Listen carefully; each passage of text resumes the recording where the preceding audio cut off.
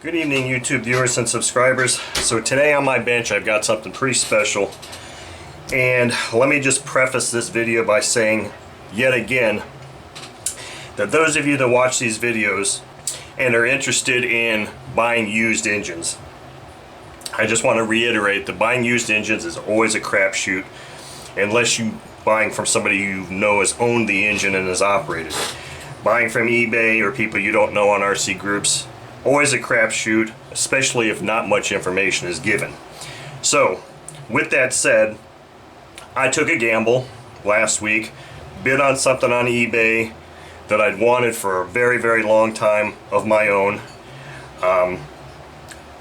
Decided how much I was willing to spend for it because it's an item that typically goes for a lot of money. And just before the auction was going to end, I got overbid, so I said, well, I'm going to put another $30 on the bid and we'll see what happens. Well, I woke up the next morning saying, hey, you won. I was like, okay, great.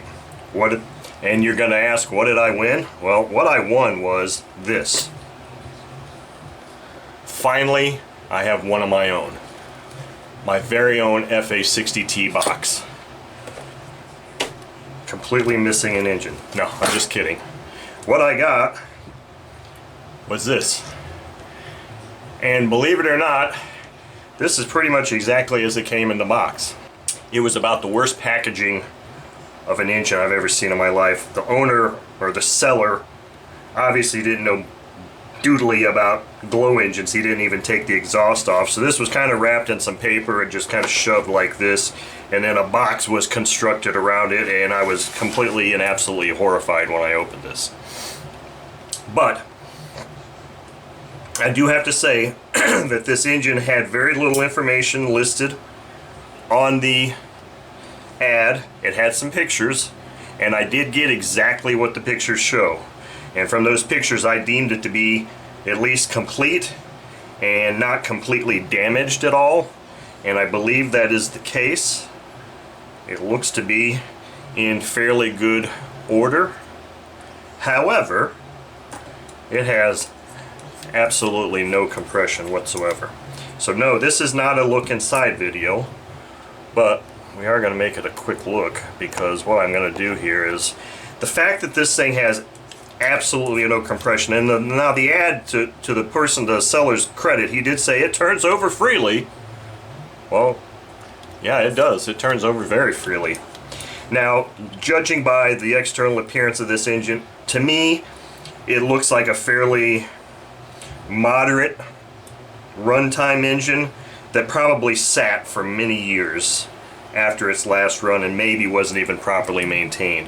So I'm thinking that what I've got here is either 1, 2, 3, or 4 stuck valves causing the lack of compression, or the piston rings, or one or both, are completely compressed in the piston groove, and that's what's resulting in this lack of compression.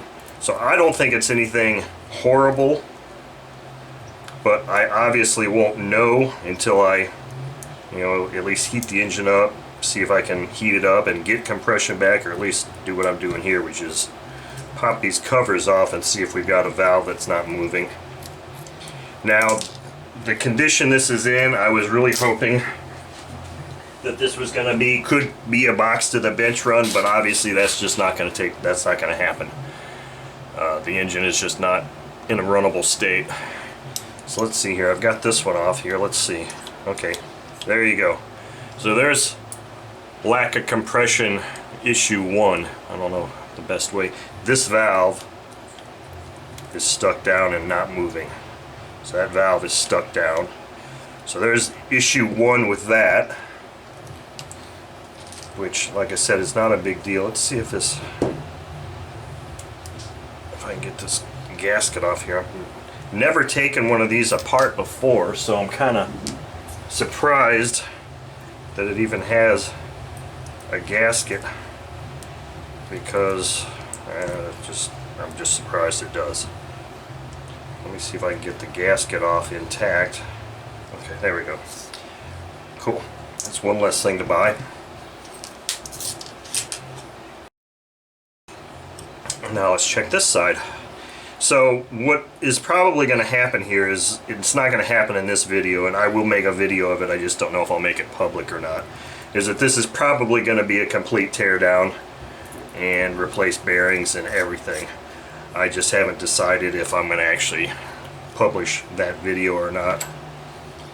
But I would feel better doing that.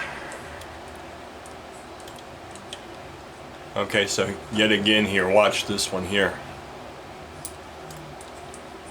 Not moving. So it looks like both of our exhaust valves are stuck and not moving.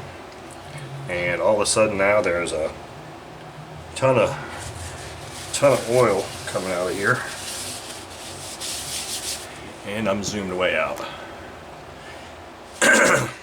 So again, let's see if I can pop this gasket here without damaging it.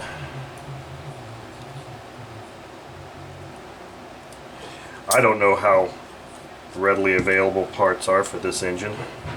I mean, I'm sure I can get bearings obviously and a ring from Bjorn, but as far as gasket set, that's a real big question.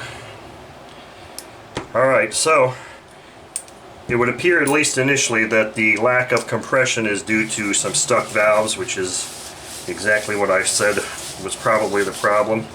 This engine was probably run and not stored properly, and this is what happens to engines that are not properly cared for. Now, I just found this.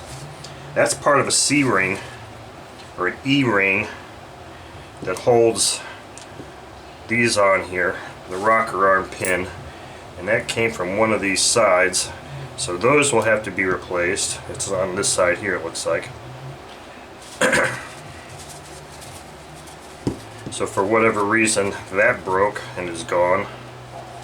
So I think sourcing some E-rings should not be a big deal, I hope.